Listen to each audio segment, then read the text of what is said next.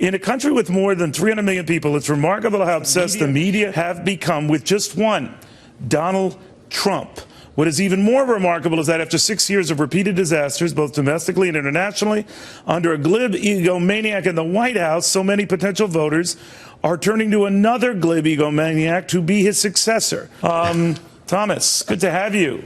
Yikes. Good being here. Yikes, yikes, yikes. What was the reaction you got from that? I don't usually get much reaction. It's amazing. There are people who will come up with expletives and so forth. But it's amazing how. But it's amazing how little criticism I get for someone who writes about so many controversial issues. They think their smart move is just to ignore me and pretend I don't exist. Well, I don't ignore you or your musings, but you make a lot of sense here because you start talking about what's at stake for America in these times, and even down to the push that everyone should vote. You say that is not necessarily a birthright. It's something that you should study up for. What did you mean by that? Well, I mean that elections are not held just for social participation. They're not held just to vent our emotions. They're held to elect people who will hold our lives and the lives of our loved ones in their hands, as well as the fate of the entire nation. And I think to go out as if we're voting for, for a homecoming queen or something is madness. I advised in that column that people who really haven't had a chance to study these things and know much about it, that their most patriotic act would be to stay home on election day rather than vote on the basis of their whims or their emotions, which is really playing Russian roulette with the history of the country. By that measure, I think it's safe to say that every MSNBC viewer should just stay home. But one thing is, an election is not a popularity contest, you wrote, or an award for showmanship. If you want to fulfill your duty as a citizen, then you need to become an informed voter, to follow up on what you just said. And if you're not informed, then the best thing you could do on election day is stay home. Now, people will hear that and say, well, is that arrogant or what? Is that Jeffersonian or what? There are worse things than being Jeffersonian. Yeah. No, it's not arrogant. If I don't find, there have been elections where I have stayed home, either because I didn't think I was up on the issues, or more often because I didn't think that there was enough difference between the candidates. When did you stay home? 1972, when it was Nixon versus McGovern. Why? And I thought, oh my gosh, is the question, what kind of disaster you want? Okay. Now, in this race, if you think about it in the type of personalities, and we've made it like a homecoming king affair, that's really been going on really since John F. Kennedy, right? And that's since 1960, maybe longer for all I know. But what is it we do wrong? And when you see these debates and you see all these candidates up on a stage, they have to give a quick rejoinder, a quick zinger. That's what we replay. That's what we focus on. What's the problem? Well, the problem is that sound bites usually aren't very sound. That there are very few serious issues that can be dealt with in 1 minute. And especially when they're simply sprung on you. If they'd given them the questions, 2 hours before they went on the air, then maybe they'd be able to condense it down to something that could be said in a minute or two.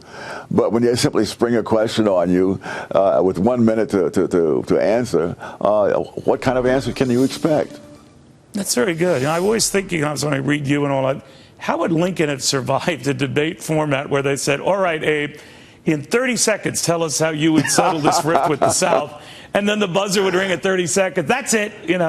It is true. I mean, but what do we do about that? I mean, we live in a world of shortened attention spans and gadgets and all that other stuff. And how do we reverse that? Because the average political response and ad has gotten shorter and shorter and shorter and shorter. Well, that may be why our policies have gotten worse and worse.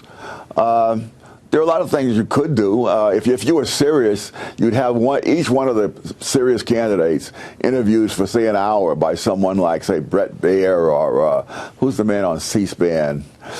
I can't think of his name offhand. I don't want to talk about it. You didn't include me in that, so I'm a little annoyed. But that's quite all right. But no, I see what you mean. To give them a lot of time, like a Charlie Rose thing where they take a long time. That's right. But the argument against that is that no one would be interested.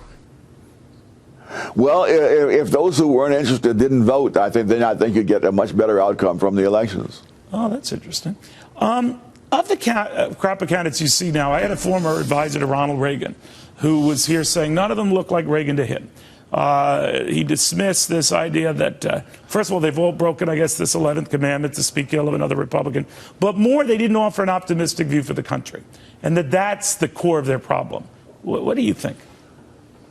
No, I think the core of the problem is Reagan, although he was quite good with his words, Reagan has spent years and years studying all these issues, writing about them, talking about them on the air.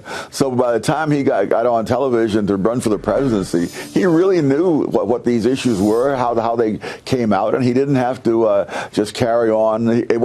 He was quick, but he was not glib. You know, do you think that candidates these days, knowing the reality, almost have to change in a campaign and then change if they get to office? Like, they just say whatever they can to get elected. Like Bill Clinton in 1992, a big middle-class tax cut, is, gets elected, I have to shelve that tax cut. It happens. It's human nature, and that maybe single terms would be the answer. If they had only one term, they could focus on that, make it 6 years instead of 4 years. What do you think? I have been an advocate for the longest time. My only objection to people who are for term limits is the S at the end of the word limit.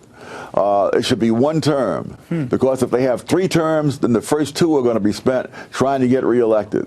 And so we have to wait for the 3rd term. And in the 3rd term, they may be trying to set a record to go on to some other position. So one term people would be I think, ideal.